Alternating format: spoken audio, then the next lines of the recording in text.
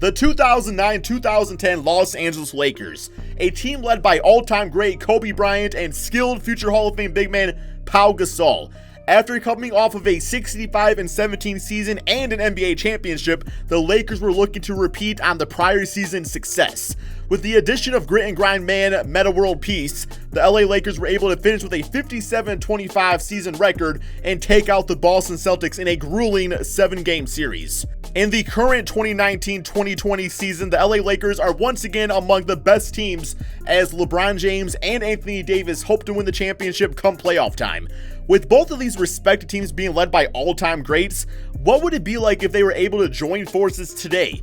Would Kobe Bryant and LeBron James be able to coexist on the same team? For today's video, we're going to find out by combining the 2010 LA Lakers with the current LA Lakers squad. Let's see what happens. Yo, what's going on, guys? KrispyFlakes here. For today's video, we are going to be combining the 2009-2010 LA Lakers with the current Los Angeles Lakers to try to create the best team possible. Now, if this video gets to 1,000 likes for the next one of these, I will do the 2004 Detroit Pistons and the current Detroit Pistons, which of course is my favorite team of all time, man. So yes, pretty much how this works for people that are new to this series. I already did do this for the Boston Celtics with the 2008 Boston Celtics, I believe it was.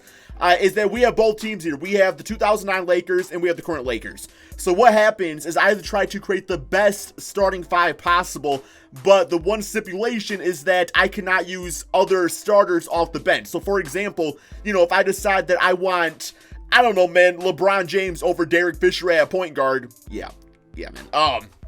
Then Derek Fisher, I cannot have as my backup point guard. He's going to go to the other Lakers team, and of course I'm going to simulate the season and see if my team does a lot better, because really the goal is not just like beat the other Lakers team, but it's also trying to win the NBA championship and really just going 82-0 in general, man. So yes, we are going to have the Lakers right here, and I guess we got to start off like that. As far as the starting fives for both teams, the ones with the most games played on this Lakers team was Derek Fisher, Kobe Bryant, Metta World Peace, Pau Gasol, and Andrew Bynum.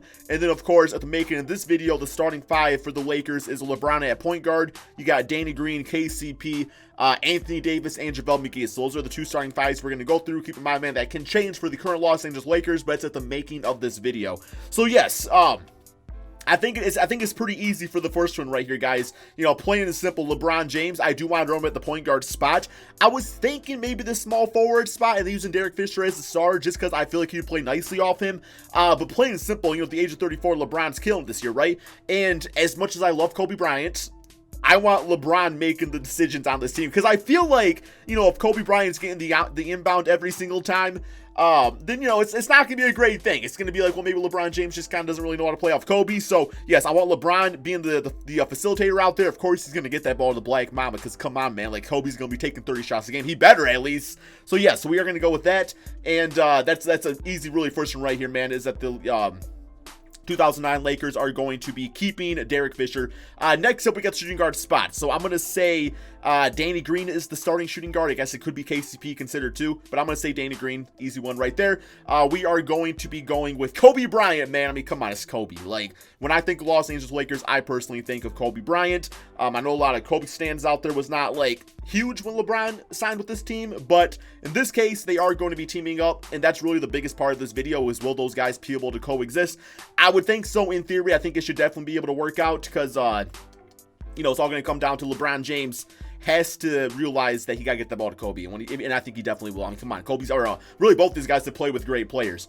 All right, next up is the small forward position. So we got Danny Green for the current KCP for the current Los Angeles Lakers, and Metta World Peace for the 2009 Los Angeles Lakers. And honestly speaking, I feel like Ron Artest, Metta World Peace. I thought he was Metta World Peace at this point. Maybe not. I think he elbowed James Harden and like fractured his skull and then changed his name to Metta World Peace. But quite frankly, he is literally the perfect player, I think, to play with LeBron James, being at that point guard spot. Literally, he's going to have two jobs. Play amazing ass defense, which you know he's going to do, and sit in the corner and shoot threes. Just space the floor like that. He's got an 87 three-point shot. I didn't remember Artest like having it like that. Like, I knew he was a good three-point shooter, but damn, this game's got him being an absolute sniper out there. But yeah, 81 overall, definitely better than KCP is, and just one of those glue guys on really any championship team. So that should be an easy one. Now we get to a bit more of a difficult situation, and that is going to be the big guys out there, man. Really, the three that I'm thinking of is Andrew Bynum, Anthony Davis, and Pau Gasol. So I do think the odd man out with that probably has to be Andrew Bynum. I'm sorry to say, because like JaVale McGee, I love you, JaVale, but yeah, you're not really in this consideration right here. So we got Anthony Davis at the center spot. And then, of course, the guy that I'm going to be trading for is going to be Pau Gasol. So let me go nab up that trade real quick. We got JaVale McGee is going to be offered up. And yeah, we're going to go ahead and get Pau Gasol on this team. Just a guy that I feel like would excel in today's NBA. So listed as a 92 overall. Now, to me, if Pau was to play today in his absolute prime, I would think he'd be closer to a center, you know, just because he's a little bit more slower out there, can kind of operate under the basket, but of course has a nice mid-range shot. I don't know if this Pau Gasol was quite shooting three-pointers yet. I know later in his career, he definitely developed the shot, as you can see, under the three-point percentage. Actually shot it really well, man. Probably not like a ton of attempts, but was definitely adding it to his game. So yeah, the 2009-2010 season, he's not really shooting any threes, so I'd rather have Anthony Davis probably operating at the power forward spot and just kind of going with that and having Pau Gasol as center. So there we go. Yeah, I'll do all the rotation and everything after we're done going through all the trades. So we got our starting five. If you ask me, it's going to be pretty damn dominant. We got Kobe, we got LeBron, we got AD, we got Pau Gasol, and we got Ron Artest. We now need our bench players. Kyle Kuzma, he's going to stay. Big time scorer on this team. Just somebody that can bring you that scoring off the bench, you know, can play off of all these guys. That's perfect. But there's another player from the other Lakers team that I definitely want to get that I think is going to be the perfect match with Kyle Kuzma. So yeah, let me trade away just one of these dudes down here. We'll trade away, you know what, Caruso's got to stay. Quinn Cook. And the perfect player playing alongside Kuzma is going to be the Candyman, Lamar Odom. The reason I like Lamar Odom on this team is because he's a straight up facilitator. Like literally this guy was a point forward before it was really even like a big time thing. He was a 6'10 dude that played the power forward spot mostly, but can handle the basketball, operate that second unit. He was just so dominant for that Lakers team. Just he had a skill set that really was not utilized all that much by other NBA teams. So him and Kuzma should be an absolute amazing 1-2 punch. And then of course we are going to go ahead and have Dwight Howard for the backup center, so that's like our big three off the bench. I was thinking maybe Rondo for the point guard, but I think I might actually check out Jordan Farmar just because like Rondo's great. He got a B+ 3-point shot though, so that's definitely getting better. Here, let me do shooting guard next. So I'm gonna trade away Avery Bradley, and there's a shooting guard, extremely athletic guy from Michigan State that I was a big fan of back in the day, and that is gonna be Shannon Brown. This guy has one of the most athletic, like, just shot blocks I've ever seen. Look it up, guys. Just type in Shannon Brown block, and I guarantee it will pop up. But no, pretty much your definition of just like athletic, pretty nice 3-point shot. A little on the short side at 6'1", but he could literally jump out of the building. So yeah, I thought he was actually taller than that. Maybe not. Alex, I don't know how accurate these rosters always are. Now, Avery Bradley's got the defense, though, but Shannon Brown just has athleticism. Is going to be big time for this team. And then real quick here, let me do a little comparison of Rondo for the point guard spot and Jordan Farmar, because I will not be able to get Derek Fisher since he was considered the starting point guard for that Lakers squad. So yeah, Derek Fisher, he's off the charts. Jordan Farmar, 74 overall. Probably a bit more of a offensive-oriented player.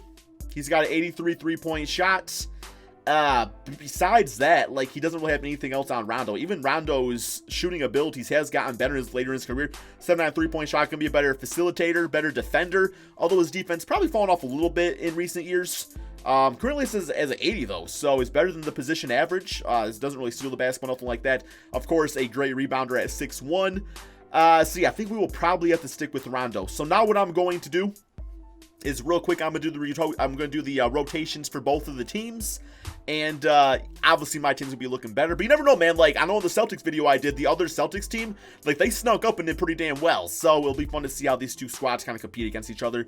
So real quick, guys, gonna do the rotations. Okay, guys. So here is the starting five. Let me know in the comment section below, what do you think the final record of this team is going to be? To me, it's absolutely dominant. You got LeBron James at point guard, Kobe at the 2 spot, Ron Artest at the 3, Anthony Davis at the 4, and Pau Gasol at the 5. Just all these guys are going to mesh completely, perfectly together, I should say, man. We got Kuzma off the bench with Lamar Odom. Then, of course, we got Dwight Howard, Shannon Brown, and Rajon Rondo. Now, keep in mind, the backcourt's not going to get a ton of minutes out there because LeBron James and Kobe Bryant are going to be playing the majority of the game, just being superstar players like that. So, yes, as far as the first scoring option, it's got to be Kobe. Second, I'm actually going to say Anthony Davis. And then third, LeBron James, just because, like I said, I want LeBron to really focus on getting these other guys involved out there. We are going to go with a probably just no preference for the offensive focus. As far as offensive tempo, no preference either. I really just want these guys going out there and playing the smartest basketball possible, so that should be fine. We got a 4.5-star perimeter-centric team. So all these guys pretty much excelled that with the exception of Pau Gasol, but I do see him probably operating a little bit more on the inside. And real quick here, let's actually see what his three-point shot is. So let's say it's a B, so he might actually just be fine. It's 74 overall, yeah. Wow, it's actually better than Kuzma. I was not really expecting that, man. But, okay, here we go. We are going to, well, I guess real quick, I should probably do the rotation for the other team, too. I wasn't even paying much attention to them, man, not going to lie. So, yeah. We'll see how they do. We'll see how they do. Let's go ahead and get, do I really want Luke Walton starting? I mean, JaVale McGee, you're probably going to have to, because, like, JaVale McGee and Andrew Bynum in the front court. You know what? Let's try it out. Let's try it out.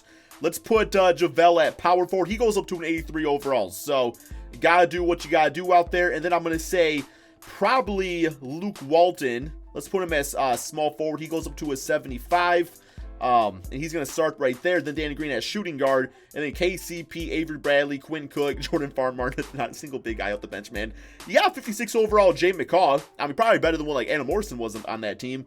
So it's going to be an interesting thing for them. But who knows? Maybe they go out there and beast and surprise all of us. My guess is probably the worst team in the Western Conference.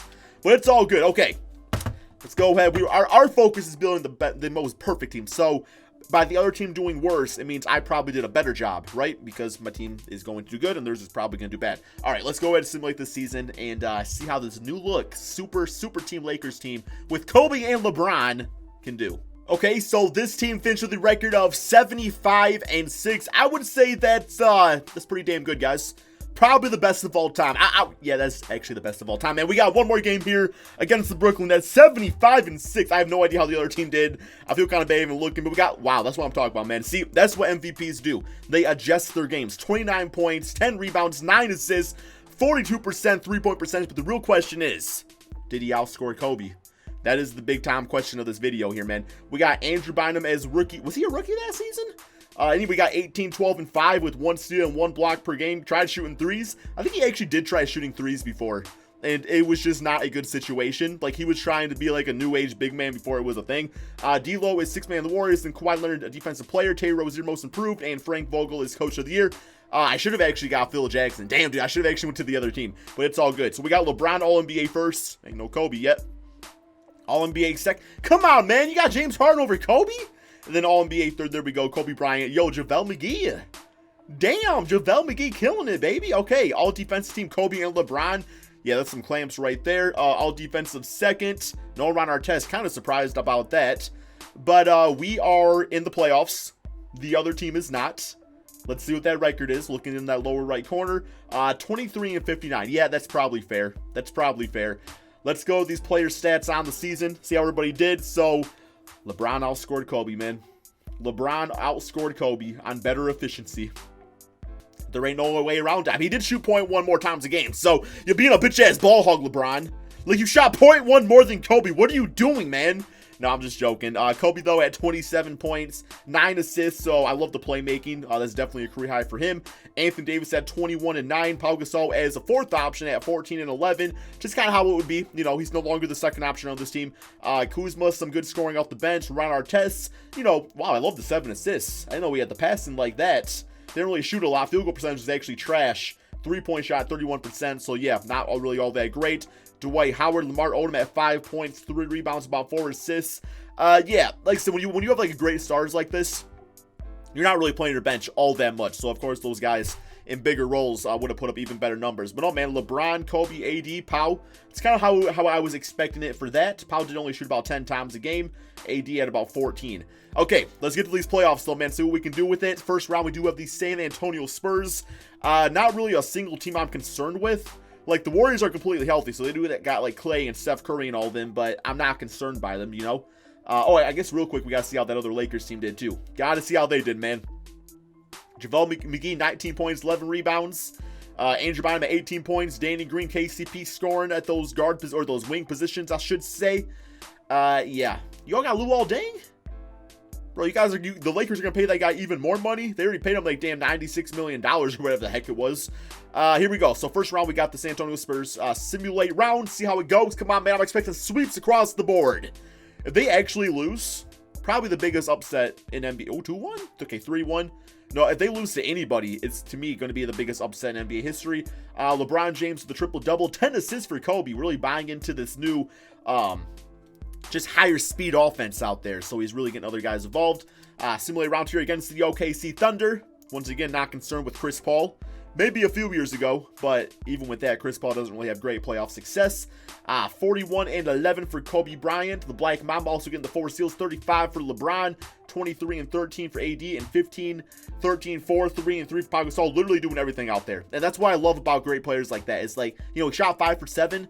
Didn't take a billion shots, but he found other ways to affect the game. That's how you win championships. Ron Artest, you are not a good passer like that, man. The dude was like Draymond Green at the small forward spot, it's looking like. Speaking of Draymond, we actually do have the Golden State Warriors in the Western Conference Finals. Simulate round here. See how this goes. And looking good, man. 4-1. We have the Milwaukee Bucks beating out the Detroit Pistons in the Eastern Conference. So we got Giannis taking on the super team. I don't know if it's enough, man. I mean, Giannis, you're great. You're an MVP. But I just don't know if it's enough. You're playing against a few MVPs in this case. Simulate rounds. Let's just sweep them. Get it over with. There it is. 4-0. Sometimes you just gotta get it done quick, man. Yeah, going into this video, I knew this team was gonna dominate. And that's the fun thing about this, is that you can see like all these crazy stats with all these superstar players that we will never actually get to see play together, man. So really enjoyed doing this video. As we continue this series, if it's something you want to do, obviously it's gonna get more fun when it's like, kind of like a more basic team like the Phoenix Suns with like Devin Booker and those guys. Because while Devin Booker's great, it's like, okay, is Devin Booker playing with Steve Nash? Is that going to be enough to win a championship? Where in this case, I kind of started off heavy strong with Boston Celtics and, of course, teaming up Kobe with LeBron. So I think as the series continues and we do some more like less dominant teams, it's definitely going to make for some pretty creative just combinations when it comes to the roster. But yeah, man, thank you all so much for watching. Be sure to drop that like, subscribe if you're new to my channel, and peace out, my friends.